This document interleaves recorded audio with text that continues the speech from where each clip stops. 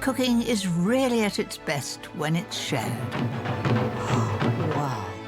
So I'm off to visit inspiring communities across the country to see how food brings them together.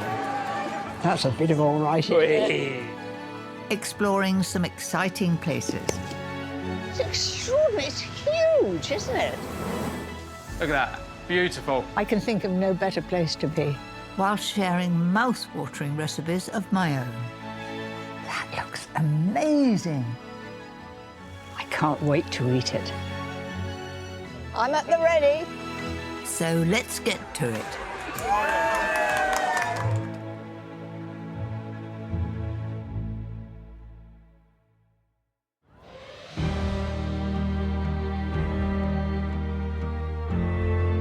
Scotland will always hold a special place in my heart. Not just for its breathtaking scenery, but also for the memories it conjures up. I'm in Scotland's beautiful city of Edinburgh. My mother was a Scot, and I feel really at home here.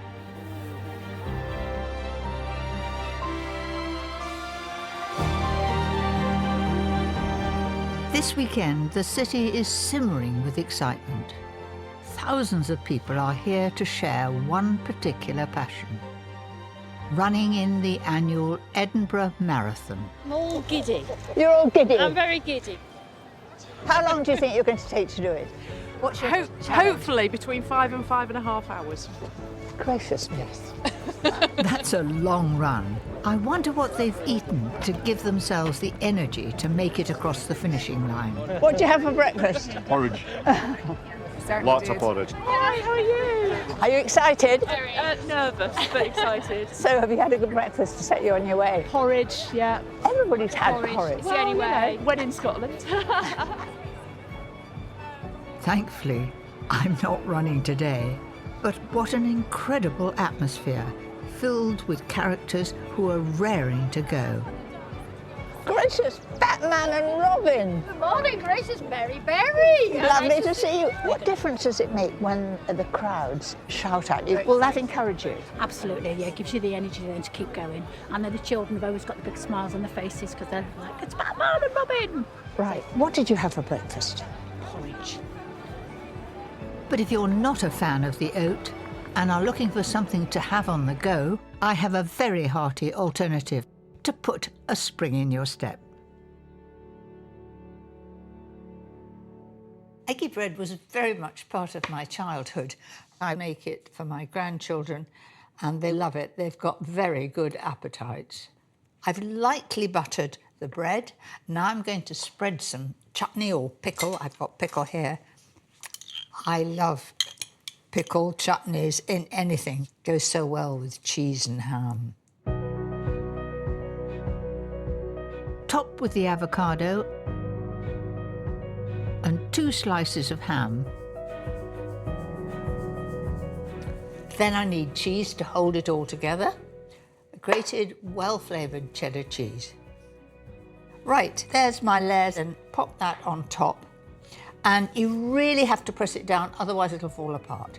Now to turn this into magical eggy bread by dipping the whole thing in egg. And you just want to beat them as if you think of making scrambled egg or omelette. In it goes. Something flat that will just take it. So in the sandwiches go, like that. You just take 2, that's it. Let it run. Now you can see that's really well covered with the egg. Then the other one, all ready to be absorbed. How quick was that?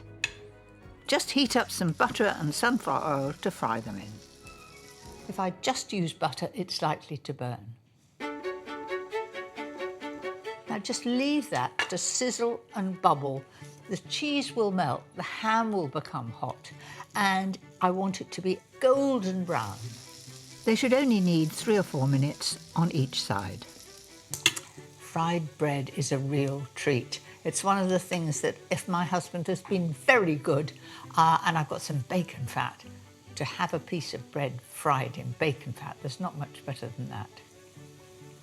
Right, I'm going to see if that's ready. That is perfect. And easily, they're quite easy to just flick over like that. There we are. I'm good at flipping pancakes too. Crisp. Don't they look fabulous? A delicious alternative to get you going. Oh, I love the fact that they're rich golden brown.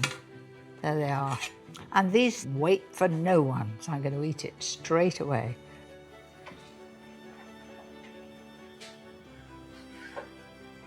It really is cram jam full of flavour.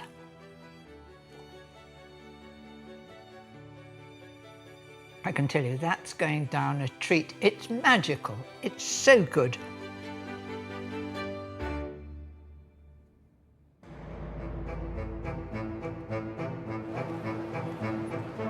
Having stretched and warmed up, the moment these runners have been waiting for is upon us. I'm so honoured to have been asked to start this year's marathon. Quite a nerve-wracking experience. Well, good luck, all of you. You look amazing. You've done your training. All you've got to do is complete the course. And I know that you can do it. Good luck, everybody. I hope I've G'd these runners up as they make their way to the start line. I'm at the ready. Just one more job left on my part. And they're off. Fine! Good luck! Go! Over 30,000 eager souls from all over the world have come to challenge themselves on this marathon course around the Scottish capital.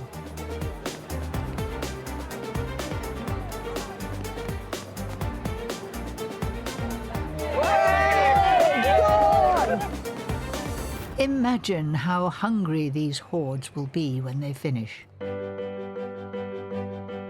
My next recipe is a real crowd pleaser, and you don't have to run a marathon to deserve it. This is a rich short crust pastry, and it's got added parmesan in. It makes it easy to handle, and also it has a wonderful flavour. The pastry should be about 5mm thick, so it easily lines the sides and base of the tin. Just trimming that extra bit of pastry off, it'll give a nice finish. And then I'm just going to push the pastry in so it's proud with the edge all the way along.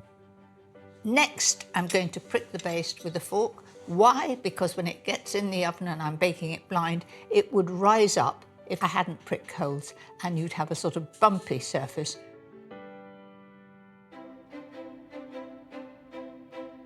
While the pastry chills in the fridge, slow roast 1 kilogram of sliced tomatoes. This is better than putting them straight onto the pastry, as they would make it soggy. I'm going to add garlic. I've peeled it and then cut it into slices. And then just put those in the gap, and that wonderful flavour will go into the tomatoes. Then just drizzle the oil over the top. It's bound to be good, isn't it? Season well and pop in the oven at 180 degrees fan along with the pastry to bake blind for about 20 minutes. Then remove the beans and return to the oven for another 10 minutes or so. Once ready, the pastry will be golden and the tomatoes gently roasted and full of flavour. Now comes the fun bit, putting it all together.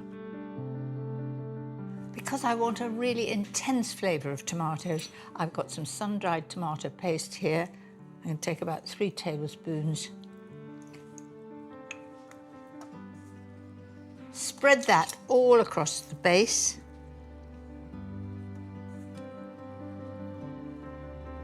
Then carefully arrange the roasted tomatoes on top of it. It's holding together well. These have nicely shriveled. That means it's driven off any moisture, but they've kept their shape.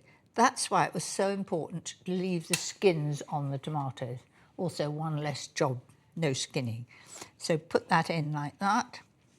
Actually, once they're roasted like this, you can move them in so they fit like a jigsaw together. Don't forget the roasted cloves of garlic. If you've any leftover tomatoes, they can just be popped in salad, or you could quickly eat them yourself on the side. Back into the oven it goes at 180 fan for about 10 to 15 minutes. Just enough time to make that delicious pistou topping. It's similar to pesto, but without the pine nuts. I've chopped the garlic, added the mint, basil, a splash of lemon juice and a good glug of olive oil. And just whiz it. That's done.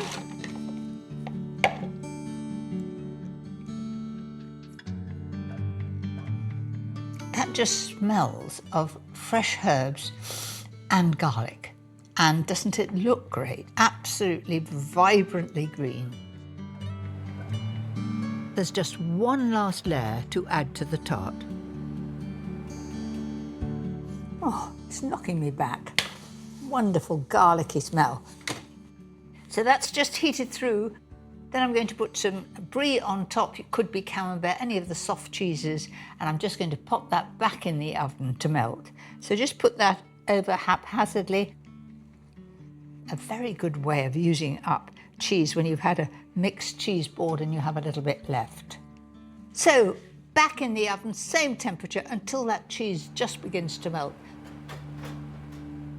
Don't go anywhere, as it only needs about 3 minutes to melt.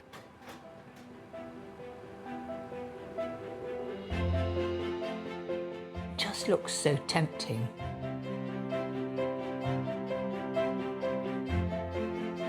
With the pistou drizzled over the top, I can think of nothing more rewarding. Each slice that you take out of this tart looks like a picture. You don't have to do an extra garnish or a sprinkling of parsley. It is just perfect.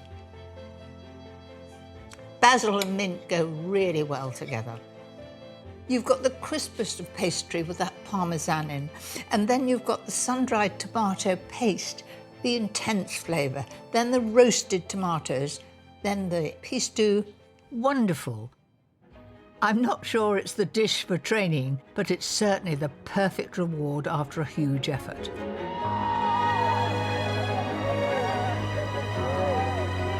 Only another 25 miles! Look at them all go, and still smiling. Come on! What an admirable group of people.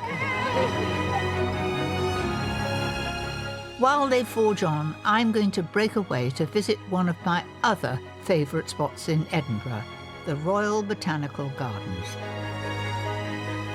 Just 1 mile north of the city centre, these 70 acres are used by so many. One of the most passionate is local school Pilrig Park. Remember, we just squeeze the pot a little bit and then we bring them out. Hello, and so what are you up to? We're using a pea frame to grow peas. They're going to trail up beautifully. Learning how to grow our food is so important. These students come here once a week to take part in the Botanical Gardens Plot to Plate project. We've actually been gardening with children for over 25 years. Food growing is such a brilliant thing to bring people together. It's a great thing for health.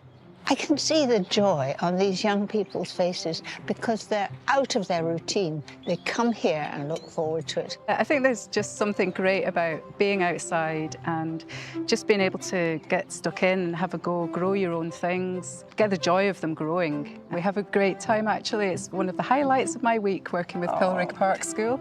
I bet it's the highlight of their week, and they look forward to next week when they come back again. Yeah. It's clear that they are inspired by this wonderful garden. Feeding this group won't be a problem. I have the perfect dish that has peas at its core and will keep them all happy. Here's a spaghetti dish that's great for a crowd, and you can do it and be on the table in 15 minutes. It is my go-to recipe of the moment. A food processor makes light work of this sauce. Throw in 125 grams of peas with 2 cloves of garlic. Then I've got the cashew nuts, they're unsalted. In they go. Cashews will add such a lovely creaminess. Fairly finely grated Parmesan cheese, that gives it a lovely flavour. There we are. And then a nice good-sized bunch of basil. And it's best really to give that a little chop. And I put the stalk in as well, because it's going in a processor. Give it a blitz and slowly add 100 ml of olive oil, a little at a time. It's the most gorgeous colour, and it took no time at all. So the spaghetti, I've cooked exactly as the instructions were on the packet, and that was 12 minutes. And I've drained it, but I've kept the water because I need a little bit of that water to maybe make it a little bit slacker. All that's left is to mix in more peas with the sauce, cooked spaghetti, and a splash of the pasta water. Don't forget the salt and pepper. Smells delicious. I can't wait to eat it. And finally, the moment I've been waiting for. Oh, that's heaven on a plate. I must get to those gardeners, have it while it's very hot.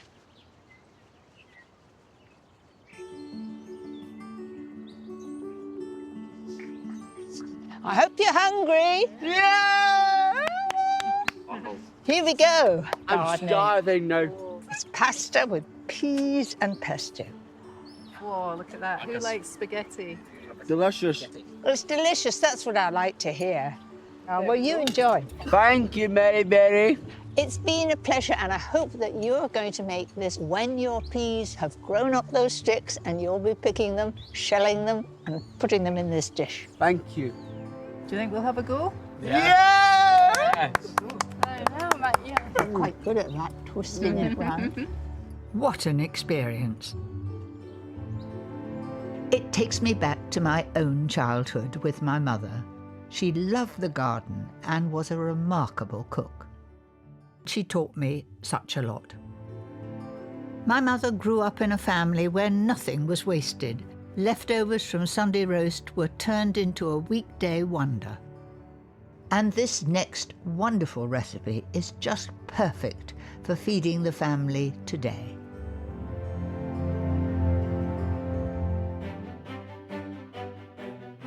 It reminds me of all the wonderful casseroles that I used to have when I was young and Mum was the cook. Start by browning off 1.2 kilos of diced lamb neck fillet. I brown the meat because it seals in the flavour and also adds to the colour of the casserole. Right, I'm now going to lift that out. Once seared, put the lamb to one side. In the same pan, add a drop more oil and the sliced shallots, leeks and carrots. In goes the garlic. Now that's all the vegetables in there, and they just need to be tossed well together. They don't need to be browned. I find to get a really smooth result, I'm going to mix the flour with wine and stock and then put it in. It works for me. So I've got 55 grams of flour. I'm then going to add the wine. I don't use expensive wine unless there's expensive wine left, but I promise you at our house it's never left. And I'm just going to blend it as you would do with old-fashioned custard. Carefully pour this sauce in with the vegetables. So I'm going to give that a good stir and bring it to the boil. And that sediment that's at the bottom, that'll all add to the flavour of my casserole. In goes some soy, Worcester sauce and mint sauce. This is all to add to the flavour and to the colour too. And lastly, 2 tablespoons of red currant jelly. So give that a really good stir. And at the end, before I serve it, I will taste it again and maybe add a little bit more of one of those sauces. Don't be worried that it looks a bit too thick at this stage. Once those vegetables have simmered down and the juices have come out of the meat, it will be thinner. Season well and return the lamb to the pan to finish cooking in that rich sauce. All I've got to do now is to bring it to the boil and then put it into the oven at 140 fan for about an hour and a half. It might take longer. Wait until the lamb is beautifully tender. And the last addition to my minted lamb casserole, chestnut mushrooms. I'm adding them at the end because I want to keep a lovely texture. If I put them in the casserole for 1.5 hours, they'll become very soft. I want a little bit of bite still in them. Give them a toss in that butter. They should be a gorgeous golden brown. There they are. And I'm going to add them to the casserole when it comes out of the oven. After 90 minutes, the slow-cooked stew will be glorious. Stir in the mushrooms and it's ready to share. I know it's going to be hot, but I do want to taste. You must taste this, it's good. And I think my mother would have approved.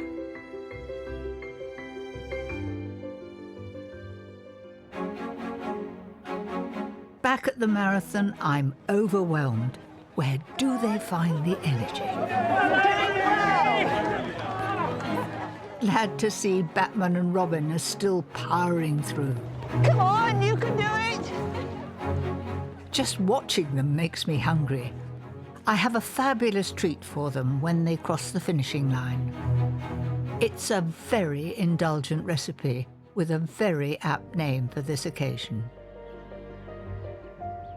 And now for a little bit of sheer luxury. Honeycomb Rocky Road. And it is absolutely beautiful and a lovely reward for our runners. I've got milk chocolate here and it's 400 grams just broken into pieces. Add 225 grams of butter and 6 tablespoonfuls of golden syrup into a bowl over simmering water.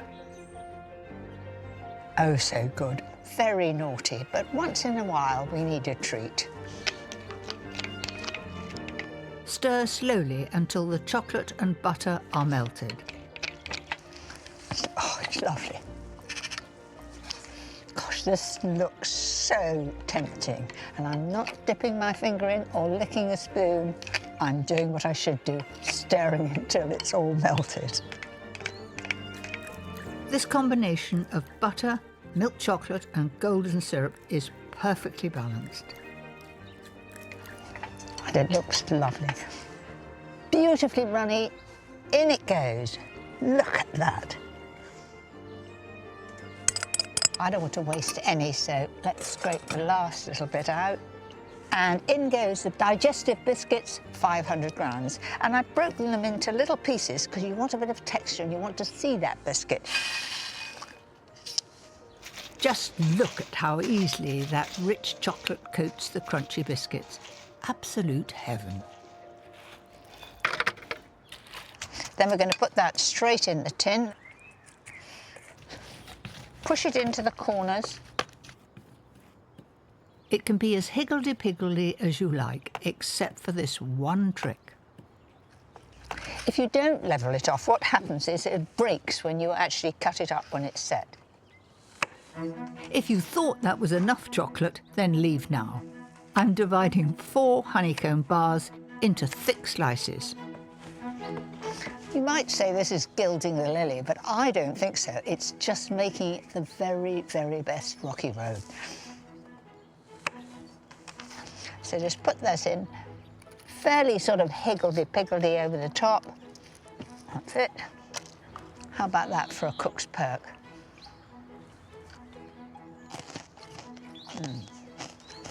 That was my reward. Take 75 grams of plain melted chocolate and use it as the crowning glory. I love this bit. It's always nice to think you've done the job and you've just got to make it look magnificent. That will firm up in the fridge in about 2 hours. But of course, I can't wait that long. Pinch a bit from the corner so that nobody notices.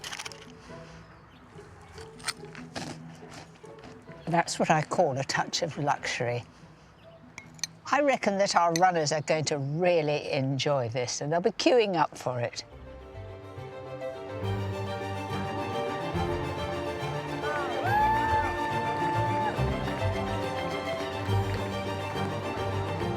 The runners have finally come to the end of their rocky road, but they have another waiting for them in the wings.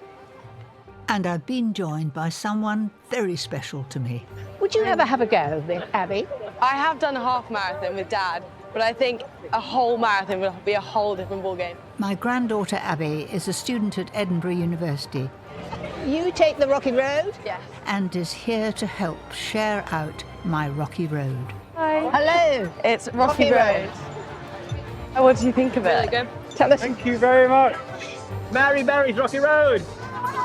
Wow, amazing. Would you like a Rocky Road? I'd love it. Here we are. It's an inspiration talking to some of the people who've completed this extraordinary task. Oh, fantastic. Try some rocky road. This is amazing. Do you think you need a treat now? Yes. It is delicious. So how did you do, Mum? Good. I got a PB for me. Oh. 312. Whoa, that's so good. Thank Well you. done. So I've raised nearly £2,000. £2,000. That's amazing. Well, they seem to enjoy all that. Yeah, they loved it. A great reward after all that work.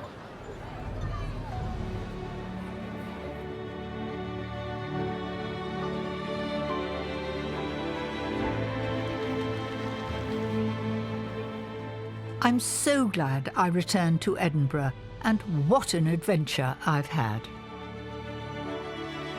I've loved my time in this city with its warm and welcoming people, even if it's a little bit chilly. Scotland is always close to my heart, and I will certainly be back.